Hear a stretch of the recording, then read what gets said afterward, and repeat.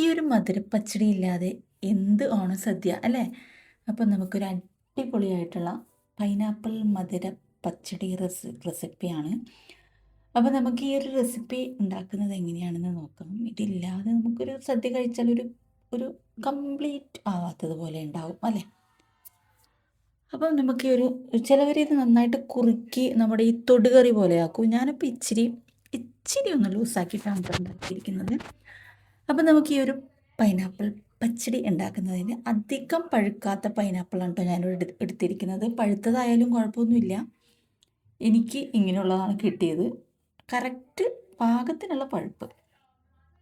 അതിൻ്റെ ഒരു പകുതി മാത്രം നമുക്ക് എടുക്കാം കേട്ടോ. എന്നിട്ട് അത് നന്നായിട്ടൊന്ന് അരിഞ്ഞിട്ട് ഒരു മാക്സിമം ഒരു മീഡിയം സൈസ് ചെറിയ ചെറിയ പീസസ് അല്ലാതെ ഇച്ചിരി വലുപ്പത്തിൽ അരിഞ്ഞിട്ട് നമുക്കൊരു ഇച്ചിരി ഉപ്പും ഇച്ചിരി മഞ്ഞൾപ്പൊടിയും ചേർത്തിട്ട് ഒന്ന് ഇച്ചിരി വെള്ളവും കൂടെ ചേർത്തിട്ട് ഒന്ന് വേവിച്ചെടുക്കാം കേട്ടോ. നല്ല പഴുത്ത പൈനാപ്പിൾ ആണെങ്കിൽ പെട്ടെന്ന് വെന്ത് ഉടഞ്ഞ് കിട്ടും. ഇത് ഒരു മീഡിയം സൈസ് പഴുപ്പുള്ളത് കൊണ്ട് തന്നെ കുറച്ച് അതിനേക്കാളും കുറച്ച് സമയം വേണ്ടി വരും വെന്ത് വരാനായിട്ട്. നമുക്ക് നന്നായിട്ടൊന്ന് ഇളക്കി ആവശ്യത്തിന് വെള്ളം കൂടെ ഒഴിച്ചിട്ട് നന്നായിട്ടൊന്ന് ഇളക്കിയിട്ട് നമുക്ക് അടുപ്പിൽ വെച്ചിട്ട് വേവിച്ചെടുക്കാം കേട്ടോ. അപ്പോഴത്തേക്കും നമുക്ക് അതിൻ്റെ ഒരു കൂട്ട് തയ്യാറാക്കിയെടുക്കണം. ഒരു അരമുറി തേങ്ങ ചെരുവിയത്, പിന്നെ 2 പച്ചമുളക്, പിന്നെ ഇതിലേക്ക് ഇച്ചിരി കറിവേപ്പില ഇട്ട് കൊടുക്കുന്നുണ്ട്, പിന്നെ ഒരു ചെറിയ ടീസ്പൂണിൽ കടുക്, പിന്നെ നമ്മുടെ ചെറിയ ജീരകം ഉണ്ടല്ലോ അതും കൂടെ ചേർത്ത് കൊടുക്കുന്നുണ്ട്.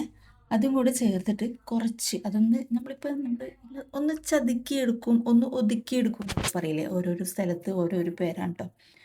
അത് ഒന്ന് അരഞ്ഞു വരാനായിട്ട് നമ്മൾ ഇച്ചിരി വെള്ളം കൂടി ചേർത്തിട്ട് ഈ ഒരു പരുവത്തിന് നമ്മളൊന്ന് ആക്കിയെടുക്കുക. കൂടുതൽ ഫൈനായിട്ട് അരയ്ക്കേണ്ട ആവശ്യമില്ല. അപ്പോഴത്തേക്ക് നമ്മുടെ പൈനാപ്പിൾ ഇവിടെ നന്നായിട്ട് വെന്ത് വന്നിട്ടുണ്ട്. ഒന്നും കൂടി ഒന്ന് ഉടയ്ക്കണമെങ്കിൽ നമ്മുടെ കയ്യിൽ വെച്ചിട്ടാണ് ഒന്ന് ജസ്റ്റ് ഒന്ന് അമർത്തി കൊടുത്തു കഴിഞ്ഞാൽ ഉടഞ്ഞു കിട്ടും.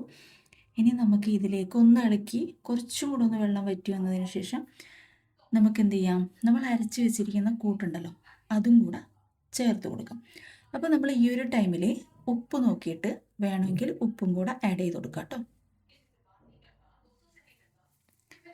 നന്നായിട്ടൊന്ന് ഇളക്കി കൊടുക്കുക. വെള്ളം വേണമെങ്കിൽ ഒരു ഇച്ചിരി ആഡ് ചെയ്ത് കൊടുത്തോ, ഇല്ലെങ്കിൽ ഇങ്ങനെ തന്നെ ഒന്ന് ഇളക്കിയിട്ട് ഒരു തിള വരട്ടെ കേട്ടോ. നമ്മളിങ്ങനെ പൊട്ടി വരും എന്നൊക്കെ പറയൂലേ, അതുപോലെ ഒരു തിള വന്നതിന് ശേഷം നമുക്ക് ബാക്കി ഇനി എന്താ ചെയ്യേണ്ടതെന്ന് ഞാൻ പറയാം കേട്ടോ.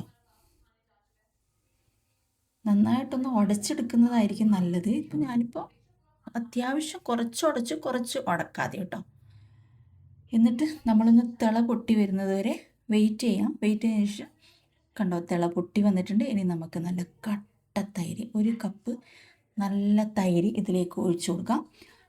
തൈര് ഒഴിച്ച ഉടനെ തന്നെ ഫ്ലെയിം ഓഫ് ചെയ്യണം കേട്ടോ, അല്ലെങ്കിൽ ഒഴിക്കുന്നതിന് മുന്നേ തന്നെ ഓഫ് ചെയ്ത് പിന്നെ കത്തിക്കാനും തിളപ്പിക്കാനും ഒന്നും പാടില്ല. ഒന്ന് ഇളക്കിയിട്ട് നമ്മുടെ റെഡിയായി, നമ്മുടെ പൈനാപ്പിൾ മധുര പച്ചടി ഇവിടെ റെഡി ആയിട്ടുണ്ട്. ഇനി നമുക്കിതൊന്ന് താളിച്ചൊഴിക്കണം കേട്ടോ.